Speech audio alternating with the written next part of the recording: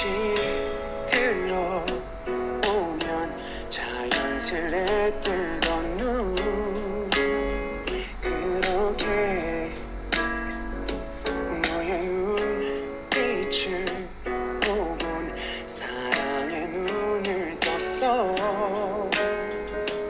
항상 알고 있던 것들도 어딘가 새롭게 바뀐 것 같아. 남의 예, 법인세 계산 구조에 대해서 이번 시간에 수업을 한다고 말씀드렸습니다. 그래서 이제 이번 시간에는 법인세에 대해서 저희가 기본적인 이제 내용을 배웠다면은 이번 시간에는 이제 법인세에 대해서 직접적으로 좀 더 자세하게 살펴보도록 하겠습니다. 아마도 이제 법인세에 대한 얘기를 시작하게 되면은 아마도 이제 실질적으로 좀 이렇게 법인세가 이렇게 계산되어지는구나를 조금씩 이해하실 수 있을지 않을까 생각이 듭니다.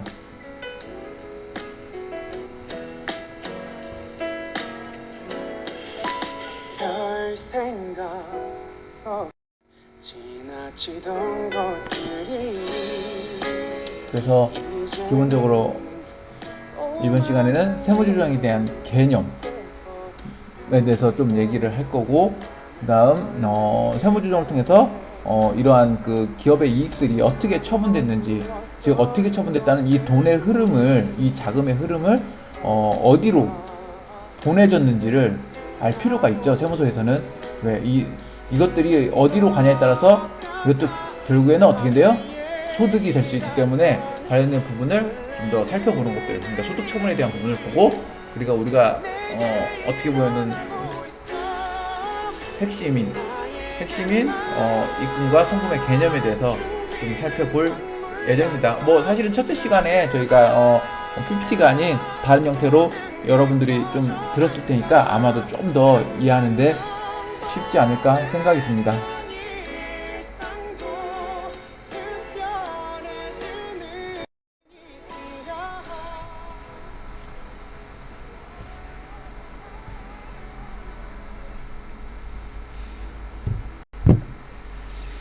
자, 이제 법인세의 계산 구조에 대해서 이제는 전체적으로 살펴보도록 하겠습니다. 사실은 법인세를 신고하게 되면요, 여러분들 해당 업무를 하고 계시는 분도 계시는지 모르겠지만은 법인세를 신고할 때쯤이 되면은 기본적으로 뭐 법인세는 사실은 법인마다 다를 수 있겠지만 이렇게 기본적으로 많은 법인이 1월 1일부터 12월 31일로 이루어져 있기 때문에 이런 시간이 도래되면은 세무서에서는 올바른 국세를 납부할 수 있도록 이런 법인세에 대한 그 안내 책자를 만들어서 배포하기도 합니다. 그래서 지금 여러분들 보고 계시는 부분은 국세청에서 발행한 기본적인 법인세의 계산 구조에 대해서 간략하게 설명을 한 내용이고요. 여러분 책을 보시면은 그 내용과 일치하다고 보시면 됩니다. 책으로 저희가 살펴봤을 때는 법인세 계산 구조 약 179페이지 보시면은 이런 전체적인 내용을 조금 더 국세청에서 한눈에 알아볼 수 있게 풀어낸 내용입니다. 보시다시피 기본적으로 당기 순이익에서 시작을 합니다. 계산 구조를 좀 더 이렇게 좀 살펴보도록 하겠습니다. 그래서 당기 순이익에서 시작을 합니다. 기본적으로 당기 순이익은 우리가 어디서 작성된다? 기업에서 작성을 합니다. 물론 그 작성된 당기 순이익의 그 계산 근거는요, 공인회계사들이 감사를 통해서 확정된 사항입니다. 그래서 이미 감사를 통해서 기업회계 기준에 의해서 작성된 재무제표상의 단기 순이익이 기본적으로 법인세를 계산하는 데 있어서 가장 근간이 되는 단기 순이익이 됩니다. 자, 여기서부터 시작하는 게 뭐냐? 세무조정이라는 걸 시작을 하는데, 세무조정은요, 기본적으로 기업회계 기준에서 단기 순이익을 쉽게 생각한다면 100% 신뢰하지 않는다는 겁니다. 왜냐면 신뢰를 한다면은 사실은 뭐 이러한 그 세무조정이라는 것 자체가 필요가 없겠죠. 그래서 이러한 세무조정을 시행할 때는 기본적으로 기업회계 기준을 존중하지만 과세를 하는 입장에서는 너희들이 하는 것이 전체적으로 세법에서 인정할 수는 없다. 그래서 세법에서 인정되는 부분을 다시 어떻게 했다? 변환하겠다. 변환을 해서 뭘 하겠다? 새로운 당기순이익을 산출해 내겠다. 그래서 새로운 당기순이익을 산출하면은 그거에 만들어진 당기순이익을 가지고 뭘 하겠다? 세율을 곱해서 산출 세액을 만들어내겠다는 의미를 갖고 있습니다. 그래서 세무 조정을 시행하는데 책을 보시면은 180페이지입니다. 180페이지에 보면은 이렇게 정의가 내려져 있습니다. 뭐라고 되어 있냐면은 결산서상 당기순이익과 법인세법에 따른 각 사업년도의 소득금액 사이의 차이를 조정하는 과정이라고 얘기를 하고 있고, 이게 세무조정이라는 얘기예요. 세무조정의 정의고, 기본적으로 그래서 당기순이익에서 출발하여 각 사업년도 소득금액에 도달하는 과정을 말한다 라고 얘기를 하고 있습니다. 각 사업년도 소득금액이라 하면요, 우리가 뭐예요? 각 사업년도 소득금액을 산출하는 거죠. 당기순이익이 기업회계 기준과 다르고, 법인세법에서는 당기순이익을 각 사업년도 소득금액이라고 이야기를 하고 있습니다. 그래서 이러한 것들을 통해서 저희는 조정하는 것을, 그래서 입금산입, 밑에 나와 있잖아요. 입금산입, 입금불산입, 또는 송금산입, 송금불산입이라고 얘기를 하고 있습니다. 그래서 세무조정은 그러면 언제 어떻게 하느냐 이야기를 하는 게 부분이 있습니다. 그래서 이 책이랑 내용이 똑같은 게, 책을 보시면은 결산조정과 신고조정이라는 게 있습니다. 그리고 세무조정에 대한 시기와 주체에 대해서 이야기를 하고 있는데, 저번에 첫째 시간에 얘기했던 거기 때문에 간략하게 읽어보고 넘어가도록 하겠습니다. 책 181페이지 보시면은 법인이 스스로 행하는 세무조정을 뭐라고 한다? 자기조정이라고 합니다. 또한 세무사가 행하는 세무조정을 외부조정이라고 합니다. 그러나 법인은 원칙적으로 자기조정과 외부조정을 임의로 선택할 수 있으나 기재부 기획재정부 장관이 외부조정 계산서를 첨부해야 할 법인으로 지정할 경우 반드시 외부조정을 하여야 한다. 그래서 이런 대부분 외부조정을 하고 있지만은 어쨌든 필수적으로 어떻게 한다? 어떠한 특정한 기획재정부 장관이 정한 법인들은 세무서가 외부 조정을 하지 않으면은 어떻게 한다? 법인세 자체를 신고할 수 없다는 이야기입니다. 이야기는 결국 외부 조정을 하지 않으면은 법인세 신고를 할 수 없다는 겁니다. 그래서 어떠한 특정한 조건이 해당되는 경우 꼭 어떻게 한다? 외부 조정을 시행해야 됩니다. 이해하셨죠? 그러면은 자, 이제 세무조정, 우리가 이제 법인세 계산 구조를 얘기하면서 세무조정에서 그래서 세무조정을 해야 되는구나 얘기를 했습니다. 그러면 여기서 결산조정은 뭐고 신고조정은 뭐야? 이렇게 얘기해요. 세무조정에 두 가지 형태가 있는 거죠. 결국에는 결산조정과 신고조정이 뭐야? 이 의미를 알아야 이건 어떤 항목인지 어떻게 조정되는 것인지 알 수가 있기 때문에 그 의미를 좀 더 자세하게 살펴보도록 하겠습니다. 그러면은 결산조정과 신고조정을 이야기할 건데, 여러분들이 이해하기 쉽게 얘기하다 보면, 여러분들 혹시 결산을 진행하다고 나서 회사에서 재무제표를 만들고 있으면은 이런 얘기를 들어보셨을 거예요. 결산분계를 한다. 그래서 어떤 회계 처리를 기중에 쭉 하다가 결산 시점에서 특정한 어떤 계정을 결산 분계를 한다는 이야기를 들어보셨는지 모르겠는데, 그리고 중급 회계나 회계 원리에서 배울 때 그 기본적인 그 기업 회계 처리 그 절차를 보실 때 나중에 결산 분계를 하는 부분을 어떻게 한다? 이야기를 들어보셨을 겁니다. 쉽게 얘기하면 이런 결산 분계가 사실은 결산 조정이라고 생각하시면 됩니다. 그래서 결산에 반영되어야 인정된다. 기업 회계 기준에 의해서 결산했을 때 감가상각비를 어떻게 한다? 결산해서 반영했을 때 나중에 비용으로 인정된다는 겁니다. 그래서 그런 것들이 대표적으로 뭐가 있냐면은 감가상각비, 퇴직급여 충당금, 대손 충당금, 뭐 자산 평가 손실, 결산에서 기업에서 결산을 할 때 해당 부분에 대해서 반영하지 않았다면은 신고할 때도 어떻게 한다? 반영할 수 없다는 겁니다. 그래서 해당 부분이 뭐다? 결산 조정이라고 얘기를 하시면 되겠습니다. 즉 내가 감가상각비를 계산 안 했어요. 기본적으로 감가상각비는 어떻게 한다? 법인세 보상 비용으로 인정이 됩니다. 근데 기업에서 올해 결산할 때 감가상각비를 계상을 안 했습니다. 계상을 안 했으면은 이 부분은 법인 조정을 통해서 신고할 때 비용으로 송금으로 인정되지 않습니다. 그래서 이런 부분을 결산 조정이라고 얘기합니다.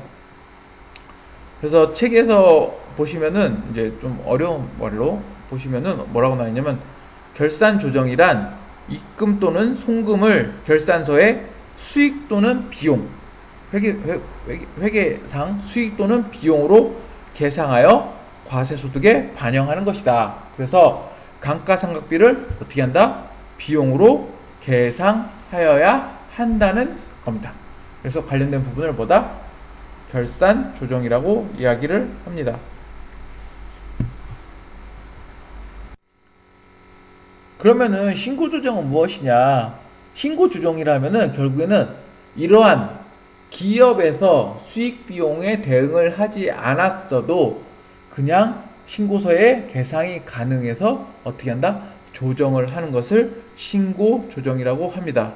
그래서 결산서에 수익 또는 비용을 계상되지 않더라도 입금 또는 송금을 어떻게 한다? 과세소득에 반영하는 것을 신고 조정이라고 합니다. 그러니까는 기업의 의지와 상관없이 어떻게 한다? 법인세법상 송금이나 입금으로 처리가 됩니다.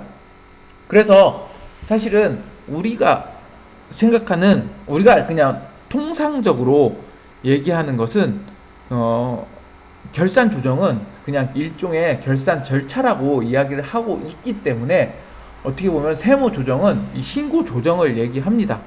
세무 조정을. 그래서 크게 봤을 때는 결산 조정과 신고 조정을 모두 뭐라고 한다? 세무 조정이라고 이야기를 하고 있지만은 우리가 사실은 이야기하는 그냥 보편적으로 얘기하는 세무 조정은 이 신고 조정을 뭐라고 한다? 세무 조정이라고 이야기를 하고 있습니다. 그래서 책에 보시면은 182페이지, 183페이지에 어떠한 이 법인세 과세 표준에 대한 세액 조정 계산서라는 게 있습니다. 이 세액 조정 계산서가 뭐냐면은 이러한 법인세 계산 구조에 있는 이런 행위를 쭉 하게 돼서 그에 대한 총발표라고 보시면 되겠습니다. 그래서 사업년도 소득이 계산되죠. 과세 표준이 계산되고 산출 세액이 계산되고 그다음 납부할 세액 그리고 기타 뭐 감면세액 그리고 뭐 차감 납부 세액이 발생을 하게 됩니다. 그래서 기본적으로 법인세를 계산해서 세무 조정을 진행하게 된다면은 이러한 법인세법상 뭐가 처리된다? 세액 조정 계산서와 소득금액 조정 합계표라는 것을 작성하게 됩니다. 그래서 관련된 부분이 작성이 되면은 어떻게 한다? 신고 납부를 해야 됩니다. 그래서 184페이지에 보면은 결산 조정과 신고 조정에 대해서 좀 더 명확하게 나와 있습니다. 그래서 이게 결산 조정 사항이냐 신고 조정 사항이냐라고 얘기 나와 있는데 지금 여기 여러분들 그 PPT에 보시는 내용과 동일하다고 보시면 됩니다. 그래서 결산 조정 사항은 감가상각비, 대손충당금, 그리고 뭐 일시상각 충당금, 그리고 준비금, 그다음 대손금, 그리고 평가손실 뭐 이런 것들이 뭐라고 해야 된다? 결국에는 결산 조정 사항이다. 즉 이게 강제되지 않는다는 거죠. 그런데 신고 조정 사항은 어떻게 보면 여러분들이 강제 사항이라고 보시면 되겠습니다. 뭐 그래서 관련된 사항을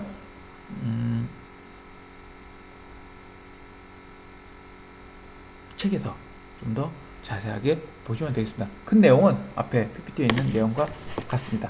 그래서 해당 부분은 넘어가도록 하겠습니다.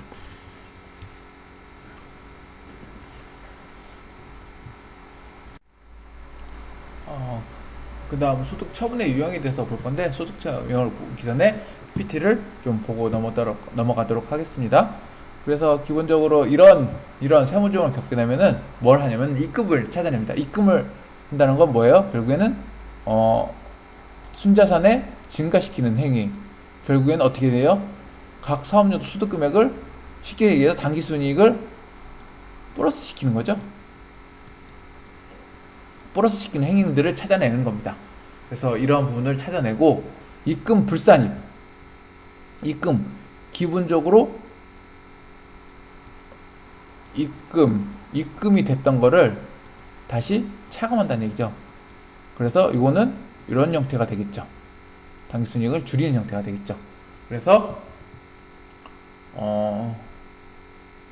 이렇게 플러스 마이너스 정리가 되고, 입금에서는 사실은 여러분들 많이 가장 하는 게 바로 간주 입금이에요. 임대부 중에 간주 입금 어려워하는 것들이. 그 다음 또 가지 입금, 이런 부분들. 그래서 추가적으로 실제로 발생하지 않았지만 입금으로 처리하는 부분. 그 다음 뭐였냐? 송금입니다. 송금. 자, 송금은 순자산을 감소시켜서 뭐란다?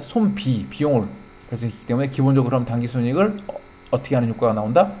이렇게 하는 효과가 나오겠죠. 그렇죠? 자, 그리고 두 번째는 어떻게 한다? 송금 불산입니다. 기본적으로 송금 불산이라는 얘기는 기존에 마이너스 됐던 거를 다시 플러스로 바꿔준다는 거죠. 그래서 송금 불산임은 당기순이익을 어떤 효과가 난다? 이렇게 효과가 나옵니다. 그래서 당기순이익에 대해서 입금산입, 입금불산입, 송금산입, 송금불산입해서 나온 이 금액이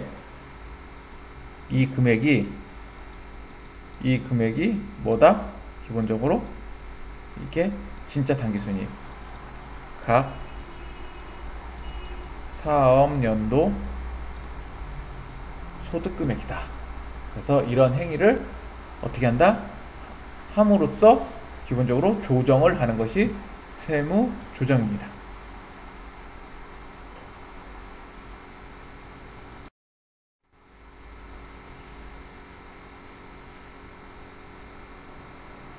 자, 그래서 여러분들 보시면은 이렇게 당기순이익에서 이러한 형태를 거쳐서 뭐 난다? 차가감 소득금액이 나오는 거죠. 그 다음 사실은 이거는 기본적으로 이 기부금에 대한 한두 초과 얘기인데 나중에 뒤에서 배우도록 하고, 그래서 이렇게 내면은 뭘 구한다? 각 사업연도 소득금액을 구하게 됩니다. 각 사업연도 소득금액을 구하면은 법인의 특징이 뭐예요? 뭘 인정해준다?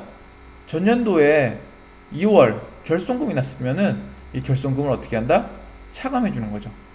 차감해주고 각 사업연도 금액을 재산출합니다. 차감해주고 재산출한 다음에 뭐가 된다? 그 다음 과표를 산정하는 거죠. 과표를 산정하고 그 다음 뭐한다? 세율을 과표를 산정하고 이 과표에 세율을 곱하게 되는 거죠. 이렇게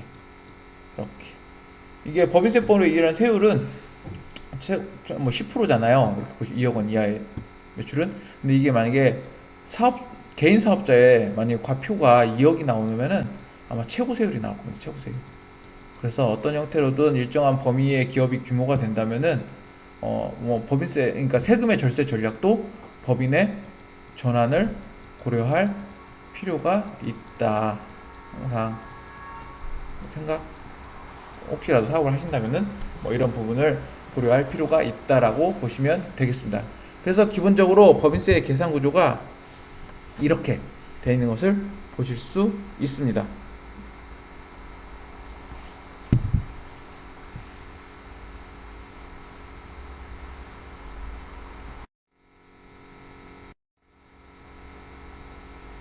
여기서부터 다시 설명을 해드려요. 왜냐면 녹화가 잘못되어 있어가지고. 어쨌든 기업회계과 세무회계의 차이는 기본적으로 어떻게 된다? 간략하게 설명드릴게요. 했던 걸 또 하면은 제가 지치네요. 이해관계자들입니다. 이해관계자들. 투자, 거래 또는 기업의 모든 이해관계자들한테 어떤 의사결정을 할 수 있는 정보를 제공하는 게 목적이 있습니다. 그러나 기본적으로 세무회계는 목적 어디 있어요? 국가 재정을 충당하는 데 목적이 있습니다. 그래서 세무회계와 기업회계 차이가 여기서 발생하죠. 여기서 발생하죠. 세무회계는 이해관계자가 없어요. 목적은 재정 수요를 충당하는 겁니다. 그래서 우리가 세무조정을 하는 근본적인 목적이 어디에 있냐면은 바로 이러한 기업회계와 세무회계 차이에 있어서 어떻게 한다? 세무조정을 하는데 목적이 있습니다. 전혀 다르죠? 전혀. 어떤 정보 제공하는 목적과 어떻게 한다? 세금을 충당하는 목적이 다르기 때문에 근본적인 차이는 여기서 발생한다고 보시면 되겠습니다. 이해하셨죠? 그래서 기업회계 기준과 세무회계 이러한 근본적인 목적의 차이가 발생하기 때문에 기업회계 기준과 세무회계 기준에서는 어떻게 한다? 세무 조정을 통해서 그 목적의 차이를 조정한다고 보시면 되겠습니다. 더군다나 그렇다면은 왜 기업회계 기준을 인정하면 되는데 왜 세무회계를 별도로 해서 만들어내느냐? 기업의 입장에서는 어쨌든 절세를 하려고 하고 세금을 덜 내는데 어떻게 돼요? 목적이 있죠. 왜? 기업에 있어서 세금을 덜 내게 되면은 그에 대한 현금 유동성이 어떻게 돼요? 기업의 이익으로 돌아갈 수 있습니다. 그러나 과세 관점에서는 기업에서 세금을 덜 내라고 하고자 하는 유인이 있기 때문에 어떻게 보면은 세금을 더 걷고자 하는 목적을 갖고 있는 과세 관점은 그렇게 했을 때 어떻게 된다? 국가에 재정하는 수요를 전부 다 충당할 수 없게 될 수 있습니다. 그렇기 때문에 이러한 부분을 어떻게 한다? 알고 있기 때문에 이러한 부분을 전부 다 인정할 수 없는 겁니다. 그래서 법인세법에 의해서 관련된 절차를 조정 신고해야 되는 겁니다.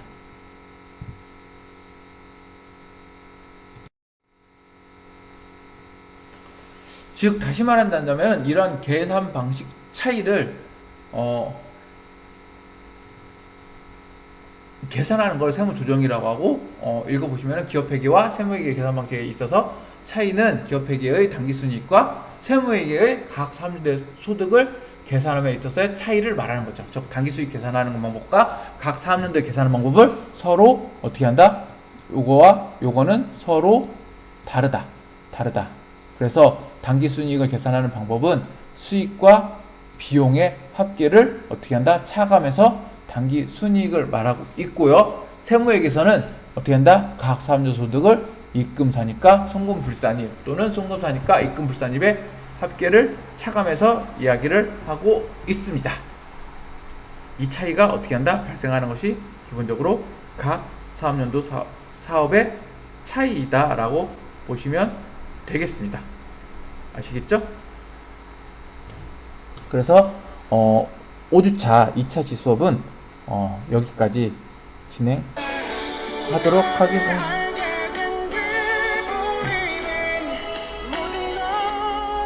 이렇게 세무회계와 기업회계를 따로 구분하는 방법을 아셨으니까요. 이제는 실질적으로 입금과 송금에 대해서 어떻게 진행할 것인지 자세하게 살펴보도록 하겠습니다. 대신 그거 들어가기 전에 다음 시간에서는 소득 처분에 대해서 이야기를 하도록 하겠습니다. 비가 오는 일요일입니다. 집에서 즐거운 휴식 취하시고 다음 2차 시, 3차 시에서 만나 뵙도록 하겠습니다.